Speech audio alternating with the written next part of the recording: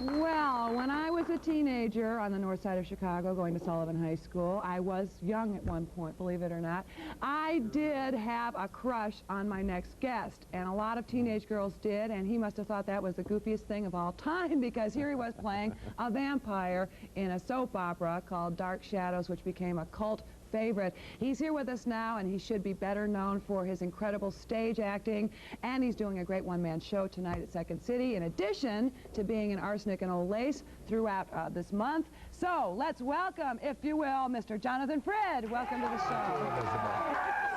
Thank you, thank you. Well, there's that's past, present, and future nicely wrapped up. That was very efficiently done. Oh, thank you. You gave me a whole kind of outline there in a second. What did you think about us teenagers pinning your picture up? I must say, I thought it was hysterical at the time. I was on the cover of 16 magazine with these kids that were young enough to be my grandchildren, but there I was, month after month, this teeny bopper idol, and how that ever happened, I don't know. I thought when I first came on the show that was perfectly dreadful, and I was perfectly dreadful. But I think one of the tricks that worked is that I was so nervous, and but so was Barnabas, if you recall. I mean, I'm trying to fake that I'm comfortable on television, which I wasn't at that time. And meanwhile, Barnabas is faking that he was comfortable in the 20th century, if you accept this ridiculous premise that he came out of a coffin from 150 years before.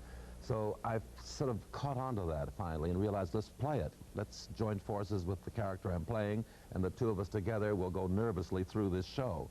And so it gave me kind of an inverted kind of inverse confidence in myself to play nervousness, because that's what Barnabas was supposed to be doing anyway. But maybe that's where all that vulnerability came from, because there was, you know, you were such a tragic, romantic hero. And it was all because this television business is nowadays multi-billion dollar, and I used to think every time I was in front of that camera, I always had visions of everybody in America, like I do, have my hand on that knob ready to turn it at the flick of at the loss of a sentence, and I was always afraid of everybody leaving me. So there was an urgency there. Well, that's great, because it worked. Yeah, sure. It worked, and now I've got you.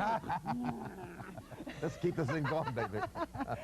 Now, before we get off of that, Joan Bennett was in there. Now, was Morgan Fairchild, did she start in there? It's one of those young cuties. Kate Jackson. Kate Jackson. Oh, that's even better. She was a doll, yeah. Was she a doll? I liked her because I was just saying, I was very unsteady on television, and she was as cool as a cucumber, even though it was her first show. And she was efficient. She was on time every day, knew her lines, and I thought she's going to be a movie star. Oh. Now, with all due respect to her talent, but just because she was efficient and pretty, and she was very comfortable with me, she took all my flack, and she just said, "Calm down, Jonathan, you'll be just fine." And I adored her. So she was a pro, so you could tell that she was going to go places. She was a pro from the very beginning. Maybe when the success came into play that's when she got a little bit on the witchier, difficult side, so that you might have caught her at a good time. Oh, that's for me. No, that's the past. Now the present. Yes, the present.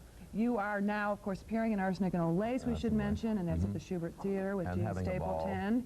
And we had wonderful, we had a couple of your other cast members, Marion Ross was on with us, and Larry Storch was here, and it sounds like a great show. Oh, well, they talked all about Arsenic and Old Lace, so I'll go on talking about Fools and Fiends. But one thing I want to say, though, about Arsenic and Old Lace is that theater, the Schubert Theater, is one of the most beautiful theaters I've ever played in my life. It is gorgeous, and you see acoustically, and your field, the audience is right in your lap. It's a gorgeous theater. Beautiful. Well, that's nice, and that's a nice place to see a show then. But tonight you're going to be at Second City. You can't even take a night off. I was over there casing the joint last night, and it's a beautiful theater there. It's intimate. I'm in the second theater of the Second City Theater. Right. In the side alley just beside the theater. And I was there last night, and it's going to be great fun. Great. What I'm doing is I'm a storyteller, and which is something new for me, and I've been doing it now for about 2 or 3 years and developing this show, and it's a whole new kettle of fish, and it's wonderful to do it. I love storytelling. And I do Stephen King, and I do Edgar Allan Poe. I do the grotesques that people expect me to do in part one. Well, and take advantage of it. It's pretty fierce, and I love doing it. The second part, I'm doing the fools and fiends that we all are. Every day. And everyday stories. So I do even an Irwin Shaw story, The Girls in the Summer Dresses, where it's a wife looking at her husband, looking at other guys, and there's a lot of fools and fiendishness in that. And so it's a potpourri, a lot of different readings. British stories, American stories, comedy. It's very much like the show I saw last night at the Second Theater. It moves quickly. Those improvised shows they do, they move very quickly, and I like to think my show does the same thing.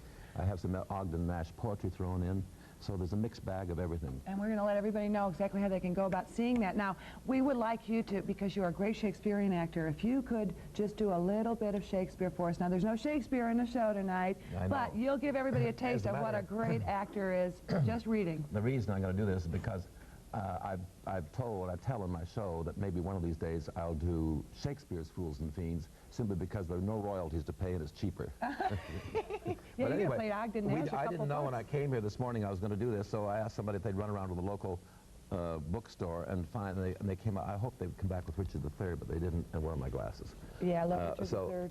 I did Caliban in a production of The Tempest years ago. Will Geer played Prospero. Remember Will Geer? Yeah. Wonderful Prospero. And I did Caliban, but I'm going to read these lovely lines of Prospero's. They're just very few and very touching. It's Shakespeare's summing up of a life in terms of a play within a play. And he says, our revels now are ended. These our actors, as I foretold you, were all spirits, and are melted into air, into thin air.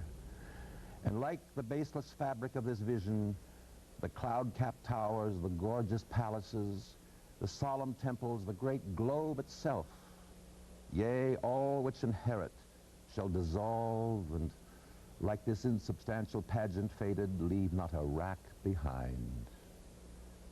We are such stuff as dreams are made on, and our little life is rounded with a sleep. Wow, that's great, beautiful. That's the first sight reading I've done in a long time. Excellent, and that was, we threw that at you at the last minute this morning. We're out of time, but I know everybody got a nice taste of what it's like to have a great actor read beautiful lines to you, and you're going to have so many different selections, as you mentioned. I want everybody to know how they can get to see Jonathan Frid's Fools and Fiends. It's tonight at the Second Theater at the Second City, and that's at 1616 North Wells.